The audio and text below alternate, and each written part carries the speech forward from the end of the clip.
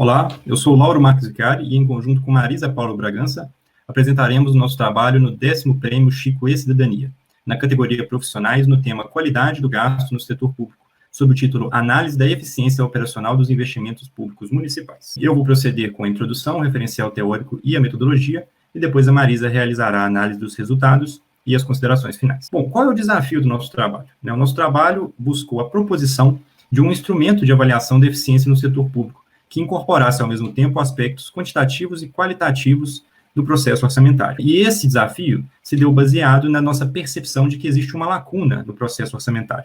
E essa lacuna é a falta de boas práticas na elaboração do orçamento, que se dá, sobretudo, e aí foi alvo, um enfoque do nosso trabalho, nas contas de investimento, nas contas de capital, onde nós observamos fenômenos, como, por exemplo, as contas de investimento acima da capacidade de execução e toda uma problemática relacionada ao processo político, quando observamos a acomodação de emendas parlamentares ao longo do exercício financeiro. Dada essa lacuna, e a nossa proposição do instrumento, o objetivo do trabalho foi criar um indicador para avaliar a existência de assimetria ou não entre o planejamento e execução das receitas e despesas orçamentárias de capital, avaliando a eficiência operacional do planejamento e da execução do orçamento no âmbito da gestão municipal. O referencial teórico que embasa o nosso trabalho é uma discussão a respeito de eficiência, eficácia e o papel da contabilidade do setor público.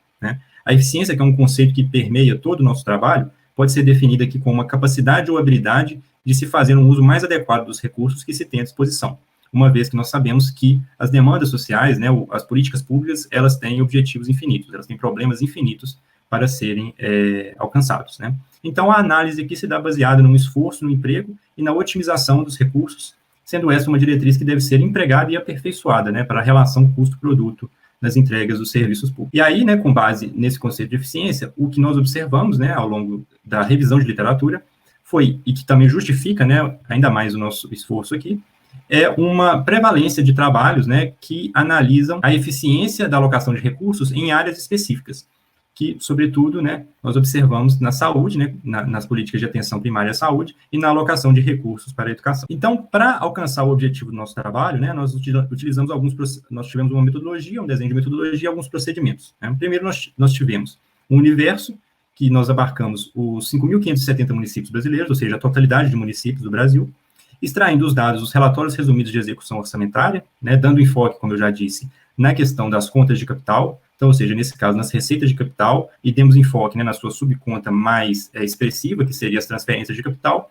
e, por outro lado, nas despesas de capital, e também na sua subconta mais expressiva, que é a subconta investimentos. Os dados foram recolhidos do SISTN e do SICOM. A nossa série histórica, ela abrange o período de 2012 a 2020, então, ou seja, uma grande parte dos anos da década passada, então, ou seja, é uma análise, uma série histórica bastante significativa em termos da análise dos dados, e a coleta se deu de duas formas. Primeiro, pelo trabalho de Bragança, 2019, no qual nós obtivemos os dados de 2012 a 2015, e depois uma coleta automatizada via API dos dados abertos do SICOM, por meio do qual nós utilizamos a linguagem de programação R, e nós obtivemos os dados de 2017 a 2020. O indicador criado é a razão entre os valores monetários executados e planejados, é o que a gente chama de REP. E aí, quais procedimentos nós utilizamos para tratar esses dados? Primeiro, utilizamos uma categorização, dividindo municípios entre grupos, ou seja, o grupo 1, o grupo 2 e o grupo 3, sendo o grupo 1 dos municípios de porte populacional de até 50 mil habitantes, o grupo 2 de municípios com mais de 50 mil habitantes e até 250 mil habitantes, e o grupo 3 com municípios de porte populacional de acima de 250 mil habitantes. O que a gente realizou foi uma categorização para conseguir trabalhar melhor com as diferenças entre os municípios, uma vez que uma hipótese incorporada também na pesquisa é de que pode haver um diferencial em termos de capacidade de planejamento e execução dos municípios relacionados ao seu porte populacional. E o modelo estatístico que nós utilizamos foi uma análise não paramétrica de Kruskal-Wallis, que seria o equivalente não paramétrico, a análise ao teste de Mann-Whitney, com um teste pós-hoc de Doom, para identificar se existem diferenças, qual é o padrão de diferenças, de fato, entre os pseudoparâmetros que nós utilizamos, nós calculamos pelo método de Kruskal-Wallis. E aí nós ajustamos pela correção de Bonferroni para melhorar as chances de não negar hipóteses que fossem úteis à análise do modelo. Uma correção de Bonferroni para detectar diferenças entre as medianas dos grupos a 5% de significância. Bem, então, posto isso, agora eu passo para a Marisa para ela proceder com a análise dos resultados e as considerações finais. Conforme vimos na metodologia, nós criamos um indicador REP, sendo REP1 valor executado e planejado da Receita, o REP 2, valor, despesa liquidada e dotação inicial, e o REP 3, despesa paga e despesa liquidada. Segundo o trabalho de Bragança, o uso da despesa liquidada no indicador REP teve como objetivo avaliar a eficiência especificamente do que, de fato, o município recebeu e executou de investimento. Na nossa análise de receitas de capital REP 1, nós vimos que há uma diferença no padrão de execução da arrecadação de receita por parte do município. Nós destacamos aqui o ano de 2012 e de 2014, em que municípios de 50 mil habitantes ou menos estiveram próximo ao índice da eficiência REP 1 proposto no REP, proposto pelo indicador REP. Tivemos nos grupos 2 e 3 municípios de 50 mil a 250 mil e acima de 50 mil, medianas abaixo ou próximo de 0,5 ao longo de toda a série histórica. É importante a gente destacar que, entre as nossas hipóteses, é que municípios maiores teriam um melhor planejamento e uma melhor execução. E isso não se confirmou na receita de capital. Na transferência de capital, nós vimos que os anos de 2015, 16 e 17 tivemos diferenças significativas entre as medianas dos REP. Verificamos semelhanças de amostras no último ano pelo desempenho dos grupos 2 e 3, conforme demonstramos aí no ano de 2020. Nos anos de 2012, 2014, 2018 e 2020, as medianas não se apresentaram com diferença significativa, ficando ainda com valores abaixo de 0,3. 2018 a 2020, observamos uma tendência de retomada do indicador, visto a análise que fizemos do período de 2012 a 2016, de 2012 a 2017, em que percebemos uma queda acentuada do planejado e executado durante todo o período. Para a análise das despesas de capital e investimento, nós vimos que há diferença estatística significativa por quase toda a base histórica.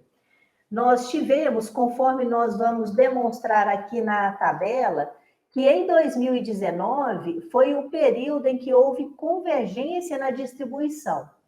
Destacamos aqui ainda que os municípios abaixo de 50 mil habitantes, em 2012, apresentaram medianas próximas ao índice de eficiência que propôs. Em relação, então, à receita, a análise da receita e a análise do planejamento da despesa, nós percebemos a assimetria da informação entre execução e planejamento. Identificamos simetria na despesa liquidada e paga.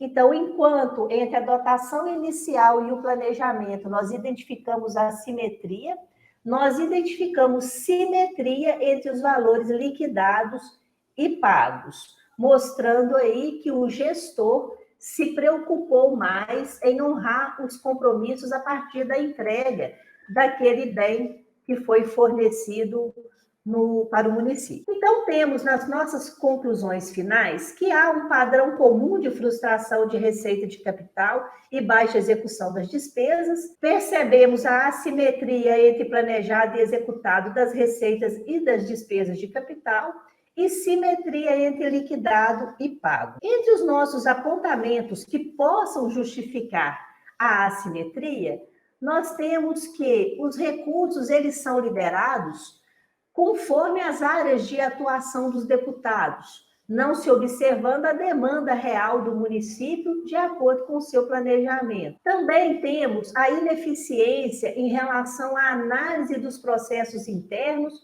e dos processos externos na escolha do investimento no momento do planejamento. De forma secundária, nós não identificamos mudanças de padrão de planejamento e execução a partir da implementação do SICONF e matriz de saldos contábeis, merecendo uma análise mais específica sobre essas importantes ferramentas de auxílio na gestão. Nossa contribuição aqui é no sentido de buscar melhores informações gerenciais que possam auxiliar os nossos municípios no seu planejamento de investimentos. Nosso muito obrigada pela oportunidade.